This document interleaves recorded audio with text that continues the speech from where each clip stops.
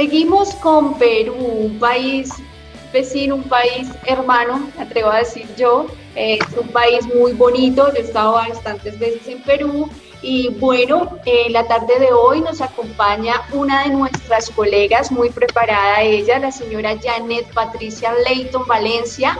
Ella es abogada, egresada y titulada por la Facultad de Derecho de Ciencias Políticas de la Universidad Nacional Mayor de San Marcos, con estudios en maestría y Derecho Civil, y es una gran colega esteticista, docente y fundadora de Corpo Estética, Escuela de Estética Integral. Así que le damos una cordial bienvenida a Janet. Muy buenas tardes. Muy buenas tardes a todos ustedes. Un saludo muy fraterno desde Perú. En estas circunstancias tan especiales, tan únicas y tan auténticas en lo que es la historia de la humanidad. Lo importante de esto es poder rescatar ambientes o circunstancias también como estas que nos llevan a una unificación de criterios. Después de todo, estamos sufriendo del mismo mal y tenemos que salir frente a ello. Y desde aquí también un saludo a todo lo que significa la primera línea de atención, que está en todos y cada uno de los lugares donde nosotros estamos residiendo, haciendo frente, como le digo, y resguardando la vida, que es el bien primordial. Bueno, entonces, agradecida también por esta convocatoria. La presentación que les voy a ofrecer hace una referencia un poco sucinta de cómo es el desarrollo de la carrera de estética en el Perú, de cómo el Perú pretende afrontar en el rubro de lo que es la belleza y de la estética, con algunas variantes y algunas singularidades que nos ofrece justamente esta misma situación. Sabemos que el comportamiento del virus no es el mismo en todas las latitudes y en todas las circunstancias. Ni todos los países contamos especialmente con la preparación, obviamente, natural para eventos tan adversos como lo que nos está aconteciendo. Sin embargo, estamos aprendiendo en el camino y este aprendizaje nos está significando realmente un costo social y económico arduo, intenso, inmenso, y sobre todo nos está costando una gran cantidad de vidas humanas. Nuestros hermanos están falleciendo, nuestros hermanos se encuentran dolidos por esta circunstancia y sobre todo, ¿no?, el tema de lo que significa la concientización a través de los medios de prensa, los medios de comunicación masiva. Es decir, ¿no?, lo primero es el resguardo de la vida y sí, hay muchas necesidades que empujan a esto. Y esto justamente es lo que ha ido variando en lo que es la legislación respecto a cómo se viene afrontando esta cuarentena que se nos ha extendido hasta el 30 de junio, pero no es tan restricta, no es tan exacta en la medida que algunos rubros, o inclusive la estética, contra todos nuestros pronósticos, va a poder salir a trabajar con algunas particularidades. Entonces, en lo que nos corresponde hablar es un tema tanto de lo que es la estética no médica, ¿no?, ante esta circunstancia, ante la crisis del COVID-19. En principio, el sector de la belleza y de la estética antes del 16 de marzo del 2020, y es más precisamente antes del 9 de marzo en que se da la primera persona con el contagio en el Perú, el sector de los negocios referidos a los centros de estética y de spa realmente tenía una ampliación importante, una expansión que se consideraba en promedio del 15% anual. Dejó de ser de aquellos servicios que correspondían a la adquisición exclusiva de las personas con capacidades económicas importantes, creciendo para otros segmentos, inclusive que mejoraban no solamente el desarrollo de la apariencia, sino el desarrollo económico de cada una de las personas. Entonces, la prestación de servicios se amplificó tan importantemente que hay mucho ejercicio de trabajadores independientes, inclusive de estudiantes que con sus capacidades modulares podían ejercer algunos servicios básicos, o lo que era mejor aún, en cabinas y spas más formales, ¿no?, con una demanda importante de lo que significa la adquisición de aparatología estética y de productos para todas las posibilidades económicas. Esto se fundamentaba en los estudios sobre estética, que bien sabemos que tiene un aspecto formal y uno no formal. En el lado formal tenemos una educación que es institucionalizada, que va a perfeccionar las competencias que pueden ser adquiridas, inclusive de aquellos que aprendieron un poco ad hoc, ¿no?, de oficio, y que pueden ir formalizando, no mediante certificaciones o títulos reconocidos por las autoridades nacionales competentes, ¿no?, con horas académicas contabilizables, ¿no?, y validables en créditos. Esto se ha materializado a través de institutos, ¿no?, índole nacional como particulares y los CEPROS, es decir, aquellos centros de producción técnico-productiva. Pero paralelamente y de manera importante también hay una educación no formal, brindada en establecimientos de educación, entre comillas, o empresas privadas, ¿no?, que carecen muchas veces de conceptos de infraestructura, de salubridad, etcétera, que no se encuentra adecuadamente validada, obviamente, por el Ministerio de Educación, y que generalmente la tendencia es ofrecer esta enseñanza, ¿no?, a través de el canje o la adquisición de productos o insumos o aparatologías. Entonces, no hay ningún aprendizaje. Sin embargo, esto definitivamente ha poblado toda digamos, nuestro medio en estética, ¿no? Nosotros tenemos un marco normativo, obviamente, ¿no? La Ley General de Educación refiere que este proceso de aprendizaje es integral y va a mejorar o desarrollar las potencialidades, ¿no?, con una intervención en la cultura y el desarrollo de la familia, y por eso se hicieron escalas profesionales, ¿no? En cuanto a la formación en estética, se entiende como una carrera principalmente técnica, ¿no? Han habido muchas modificaciones a lo largo de estos últimos años, y estas especificaciones van por determinar que se puede concluir con un ciclo auxiliar técnico de 40 créditos académicos o un ciclo técnico más superior de 80 créditos académicos como mínimo, flexibilizándose las modalidades del servicio educativo como presencial, semipresencial y a distancia. Obviamente, en el tema de la estética puede haber una formación semipresencial o a distancia en la medida que las prácticas realmente complementen esta formación, ¿no? En tal sentido, se ofrece la cosmetología y la cosmetría dentro de lo que corresponde al Catálogo Nacional de la Oferta Formativa Superior y Tecnológica. Y, sin embargo, este mismo catálogo y las determinaciones de las habilidades o competencias o destrezas finales todavía se encuentran en formación en lo que es cosmetología y cosmetría. Por eso, mucho encontrarán ustedes en nuestro medio que cuando le llaman cosmetología en general, pueden encontrar tranquilamente lo que es la belleza en peluquería, tinturación, estilismo, lo que es el tratamiento de faneras, uñas, pies, etc. Entonces, estas disquisiciones técnicas aún están justamente en el proceso de formación para las definiciones correspondientes. Lo cierto es que el contexto de la formación en estética en el Perú adolece de problemas angulares. Primero, los currículos desactualizados en la medida que muchas veces las autoridades educativas no tienen una noción de cuáles son las facultades, ¿no?, o competencias que debe desarrollar el profesional o la profesional de la estética.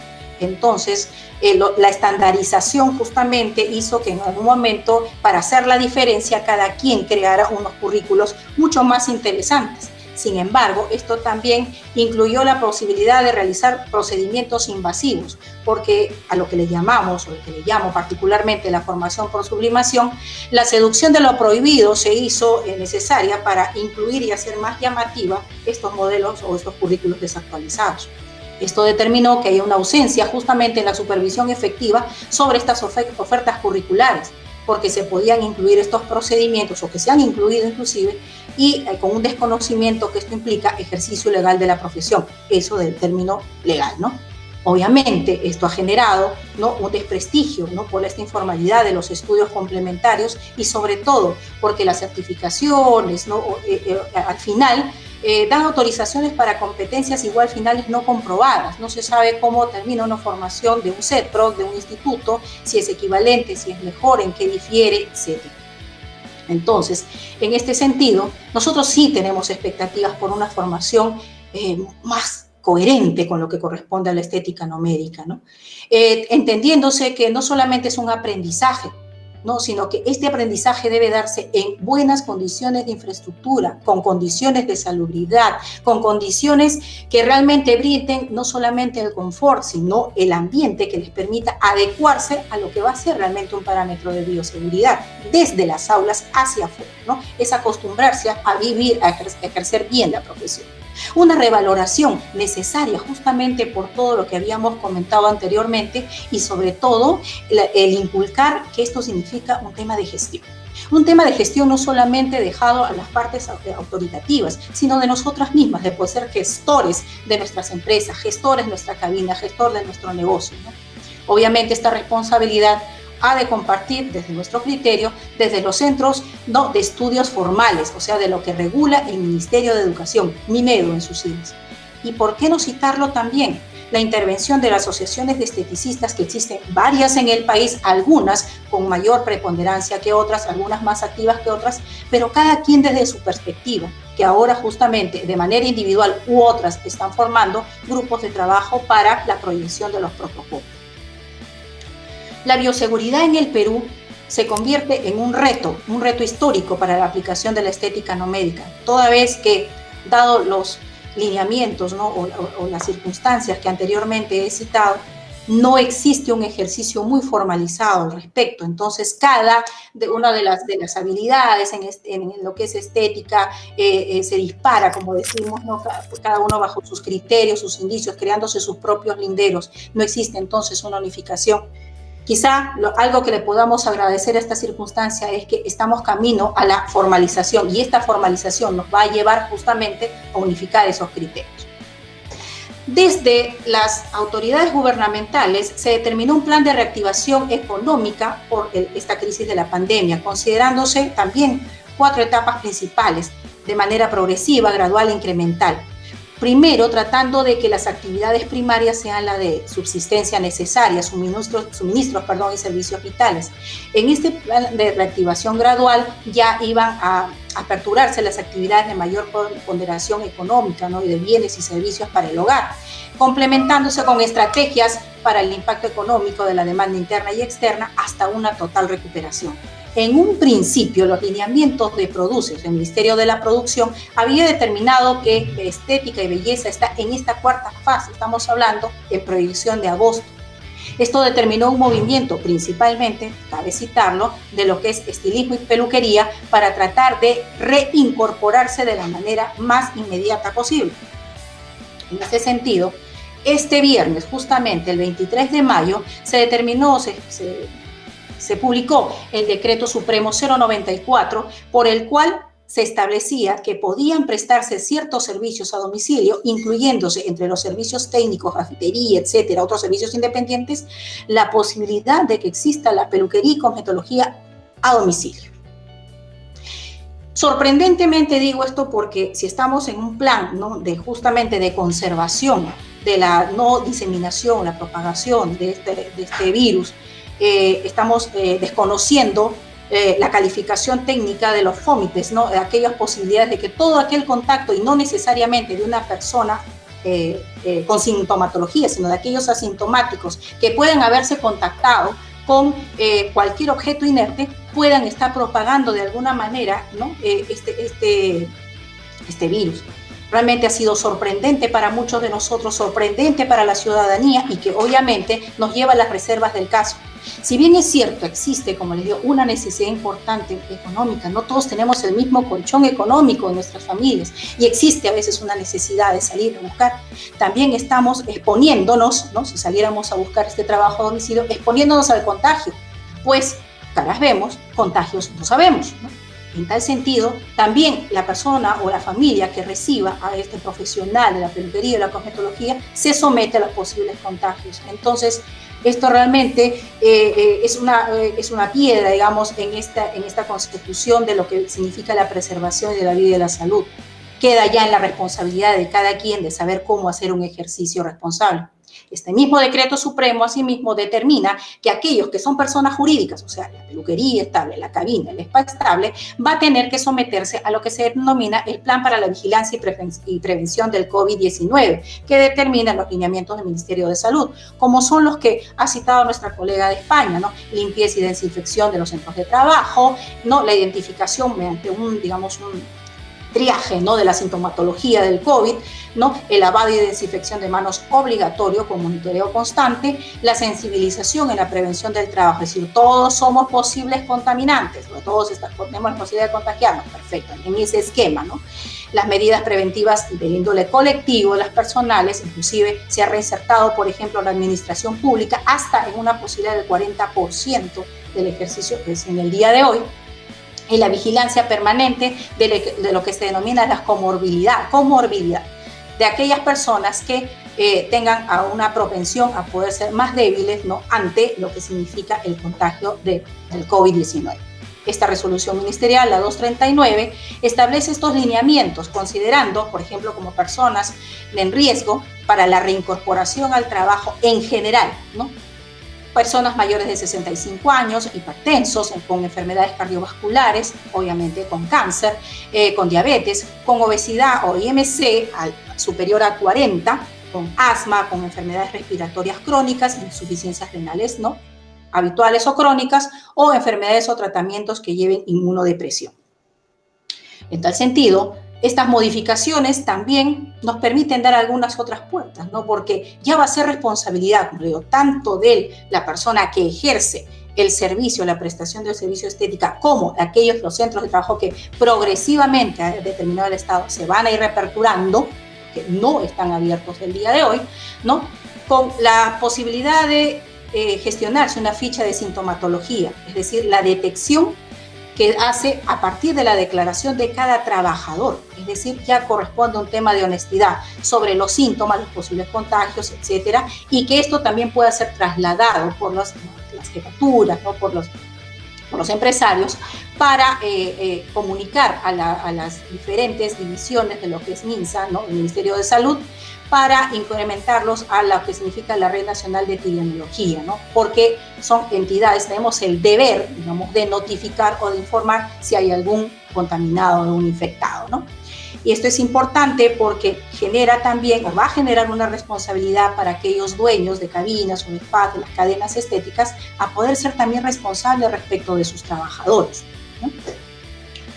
Entonces, todo esto, que aún no existe en manera definitiva y única un protocolo, nos está llevando, nos está motivando a poder establecer las estrategias que consideramos eficientes. Primero que nada, el cumplimiento de protocolos y guías de bioseguridad. La diferencia técnica es que un protocolo es de orden irrestricto y exacto, ¿no?, como corresponde, por ejemplo, a la colocación de lo que se denomina el EPP, ¿no?, el equipo de protección personal, y las guías, que son orientaciones, ¿no?, que definen ciertos pasos que pueden ser tomados y adecuados a las circunstancias particulares, idiosincráticas de cada cabina o de cada spa. Y el referente a nivel nacional lo tenemos justamente en el anexo de esta resolución ministerial que nos hablaba de que, por ejemplo, qué equipos de protección personal deben llevar aquellos trabajadores que se encuentran expuestos a un riesgo de exposición COVID, ¿no? Y esa es la evaluación que nosotros debemos hacer, ¿no? Muy alta exposición o alto nivel de exposición, dependiendo cuál es el contacto que se tiene con el paciente en la proximidad y la cercanía. Sabemos que las distancias sociales oscilan entre 1 metro, 1,5 metros a 2 metros. Sin embargo, en el trabajo en estética es imposible realizar un trabajo a esta distancia. Por lo tanto, nos encontramos dentro de los niveles de riesgo. En tal sentido, existen una serie de normas y procedimientos del Instituto Nacional de Calidad, INACAL, que depende del Ministerio de Producción, determinando para el área médica los dispositivos de protección, ¿no?, personal, la protección ocular, ¿no?, el ropaje, ¿no?, cuando hay contactos inclusive con sangre, ¿no?, en la resistencia que pueden tener los mandiles o mandilones, y en general a todo lo que se refiere a los guantes de protección, que son nuestros referentes ahora para la formación de los protocolos. Nosotros debemos tener en cuenta que las fuentes de contaminación en el procedimiento estético parte de todo lo que es fluido, la misma piel, la conjuntiva ocular, las lágrimas, la mucosa nasal en cuanto a sus secreciones, que duda cabe, la mucosa oral, la saliva y la sangre en el caso de posoperadas, ¿no? Y en el caso de las extirpaciones, ¿hacemos eso? Pues sí, entonces sí tenemos un alto nivel de contagio o posibilidad de contagio en última premisa, ¿no? Entonces, ¿qué nos queda? Adecuarnos justamente a las normas técnicas peruanas sobre los dispositivos de protección personal en la medida que estamos resguardando no solamente la integridad de la persona, sino la posibilidad de las contaminaciones cruzadas en los ejercicios posteriores que estos se puedan dar, ¿no?, con la consecución de la secuencia de pacientes. Esta propuesta técnica, que aún no nace de manera formal del Perú, pero que estamos en esa elaboración desde distintos frentes, parte de estos lineamientos estatales, ¿no?, de cómo el Ministerio de Salud presenta o prevé, digamos, las posibilidades de los niveles de contagio y cómo el resguardo tanto personal como colectivo, tiene que obedecer, y específicamente en el campo de la estética, referido a tres columnas principales. Consideramos que parte del tema de cabina o spa. Primero, minimizar los mobiliarios o los equipamientos, ¿no? Para evitar, como decíamos, estas contaminaciones cruzadas. Lo que se va a necesitar solamente a disposición con la cita del cliente. El proceso de desinfección, esterilización, ¿no? De muchas formas, no solamente con el hipoclorito, sino con las posibilidades inclusive de contar con el amonio cuaternario o de la radiación ultravioleta, que sería ideal. Pero todo eso sabemos que va a depender mucho de los costos, ¿no? De los costos que estos infieren, ¿no? Y lo que debemos propugnar es a tener autorizaciones municipales y sanitarias para este ejercicio. Cuestión difícil que se da, por ejemplo, en ejercicios independientes, ¿no? Porque las visitas a domicilio son incontrolables en ese sentido. En cuanto al personal en ejercicio de la estética no invasiva, nosotros consideramos que si estamos en contacto con fluidos, obviamente tenemos un riesgo alto y medio. Necesitamos entonces nosotros internamente determinar qué actos estéticos tienen una correlación con las exposiciones y los riesgos. ¿Por qué? Porque no solamente sangre, no solamente mucosa, se consideran también las exhalaciones que pueda tener el paciente en esa producción del tratamiento facial, corporal, etc. O spa o el holístico inclusive, ¿no? Es más, debemos pugnar nosotros como país a que se cumpla esta disposición ministerial que prevé la posibilidad de la realización de pruebas serológicas, ya no solamente a cargo del Estado, sino de los particulares, es decir, que los empresarios, los dueños de cabinas o spa puedan no tener a cargo de sus trabajadores ese tipo de pruebas, o en todo caso en el ejercicio independiente poder acceder a ellas. Después de todo, si tenemos una capacidad económica para pagar, estaríamos dejando de restarle a nuestros hermanos que sin posibilidades o sin capacidad económica puedan necesitarlo para determinar si están contagiados o no. Y esto también implica algo muy importante. Nosotros nos debemos a nuestros clientes, pero el cliente también se debe a nosotros. En tal sentido, el cliente en principio tiene derecho a la información y a prestar su consentimiento informado, no solamente del procedimiento que se debe hacer, sino de las guías y protocolos de bioseguridad que se están implementando.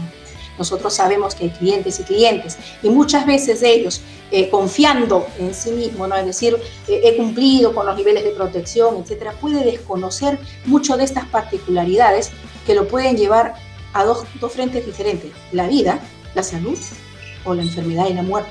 Entonces, si nosotros tenemos un cliente, nos debemos a ellos para informarles precisamente qué corresponde, cómo le corresponde asistir dentro de los periodos y las citas de exposición, y además de que obviamente esto sea de manera satisfactoria. Pensamos que es muy difícil un ejercicio de la profesión donde estas manos, que son nuestras herramientas principales, no puedan estar en el contacto habitual con la piel de nuestros pacientes, con la sensación de confort y calidez que nosotros podemos brindar. Sin embargo, son condiciones superiores las que nos limitan y a ellas nos debemos.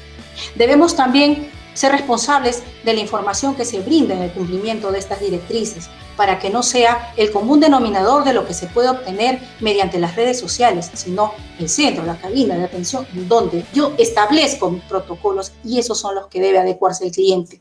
Y si no, los deja, porque es así. Este mercado y en general la economía nos permite ser selectivos, escoger qué nos ofrece seguridad y qué no. Y obviamente esto va a terminar en la exigencia de estándares de calidad. Será quizá esta la oportunidad de terminar con la informalidad, será la oportunidad de terminar o de concluir o ir en camino a la conclusión de todas estas aleatoriedades que se han dado a través del ejercicio del campo de la estética y que nos llevan a circunstancias como esta, a que muchas de nuestro gremio no hayan sido consideradas, por ejemplo, en los bonos del gobierno, porque simple y sencillamente no existen tributariamente, ¿no? Entonces, no existen estas personas y ahora se ven empujadas por la necesidad a salir. Y esto es, digamos, es la puerta que abrió el gobierno, pero que nos deja muchas dudas sobre la eficacia, digamos, en el control de lo que significa la pandemia. Finalmente, quiero concluir en que no se trata de tener miedo. Cumplir lo que nos corresponde, hacer lo que debemos, no es solamente porque lo impone la autoridad, no es solamente porque lo impone el centro de trabajo. Si hago un ejercicio independiente o colectivo, no se trata de tener miedo. Hay que salir a producir. Tenemos la necesidad de reactivar la economía de nuestros países. pero es actuar con ética, es actuar con responsabilidad. Para eso me educo, para eso me formo, me capacito y salgo al frente. Simple y sencillamente, agradecer una vez más estos ambientes, estos espacios de conversación y ser solidarios en este dolor, pero del cual podemos salir en conjunto. Muchas gracias.